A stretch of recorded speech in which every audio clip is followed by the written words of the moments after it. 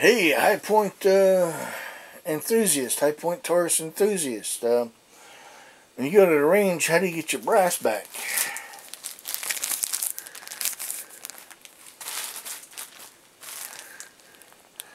Put them in a burrito, dude. No, I just reuse the bags, collect all my brass, try to get it back to the house. I pick up whoever left theirs too.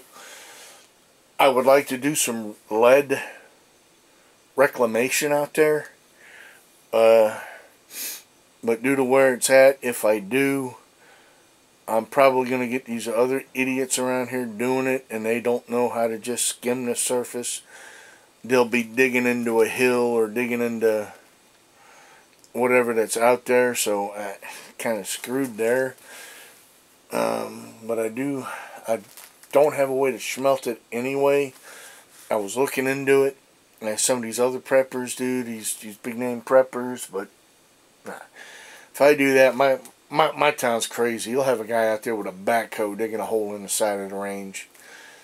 And I can't afford that because it's a place that I like to shoot. Morning YouTube.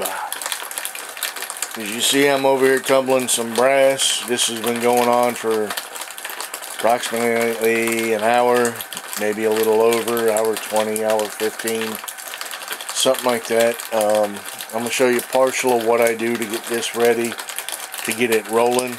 I do mine in stages. As you see, I've got a ton up here already ready. All I need to do is put powder and shot in that and, you know, crimp it, of course, and I'm done with it. So I really don't need a whole lot right now to get things rolling, or a whole lot on standby. But I figured I would go ahead and show you partial of my process of what I do. And I think what's in that tumbler is 9mm. Now, I'm not perfect. Part of what's in that tumbler could be 9mm. It could also be a few 380 rounds. It could also be a few 40 Smith & Wesson rounds. It happens. You know, I don't have this big separation process. My separation process is I dump it out on like a cookie sheet or a pizza pan or something and sort through it. Of course, I'm getting old and my vision goes, and I'm just too damn stubborn and stupid to wear my glasses. I should. I've started doing that a lot more, but not as often as I should. So let me show you the process here. I'll walk over, I'll shut it off.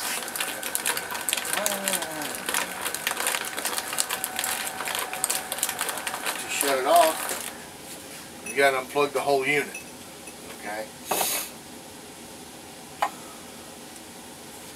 Now, for all those of y'all that are worried about this tape on here, let me get you what's going on.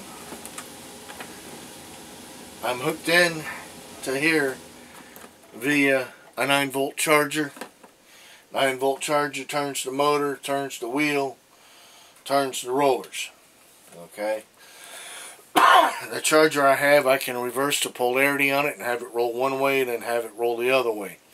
I usually do about an hour, 2 hours mix one way and then have it roll back the opposite way. Underneath this tape there is electrical caps and electrical tape. I just went with the masking tape and this duct tape to kind of help pull the cord back so it doesn't wind up underneath the motor or underneath them pulleys getting all screwed up. Once it's unplugged, you take your brass and you walk it over here to your workstation. So you gotta kind of whoop my workstation, part of my workstation anyway. Put that up there.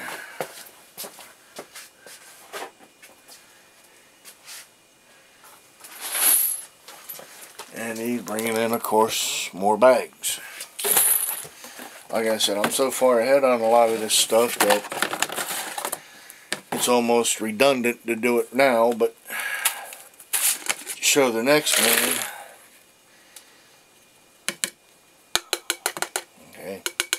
Shake the sand out. Actually, you might want to leave the top off because we've got to put the sand back. Okay. Now, what this other bowl does, it allows me to get rid of the excess sand that's in there by rolling around and pulling that media out. Yeah, it's a little longy.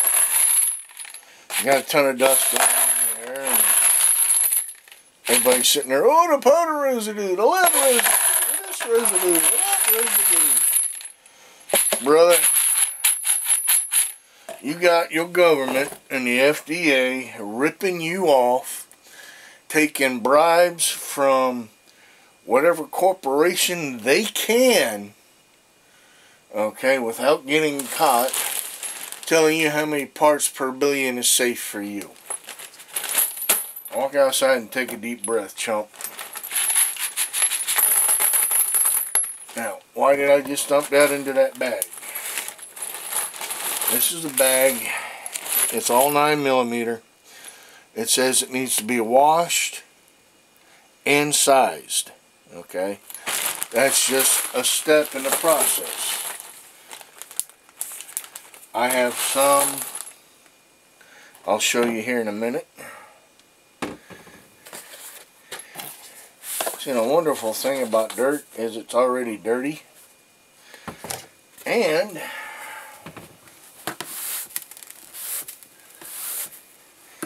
already dirty dirt.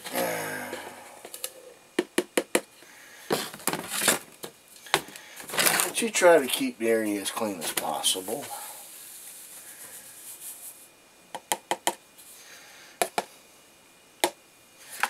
It's going to happen to where some stuff does jump out and get out, but you know, you're going to, part of life there, buddy. But for the guy who's just coming in, trying to cut his teeth, and don't have, oh, let's see, let me put it all together quickly here. A tumbler, about 80-90 bucks. Your media, depending on what you're getting, you're looking $25-30. Your brass, your storage containers, your this, that all adds up, believe it or not. Even though it's nickel and dime become hundreds of dollars, thousands of dollars. Easy. And what I do is I just take this bag here, and on that old crappy shelf I got over there, I just set the bag on it next to some other 9mm.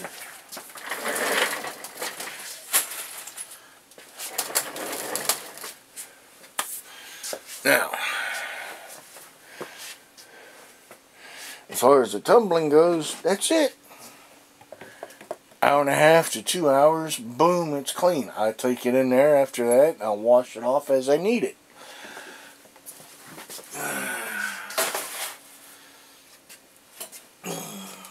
Shallow, it's coffee. I only pretty much drink coffee or water.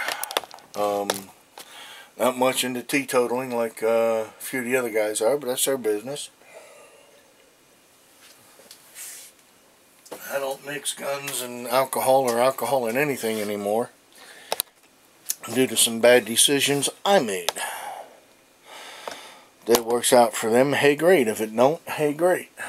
But that's the quick tumbling process.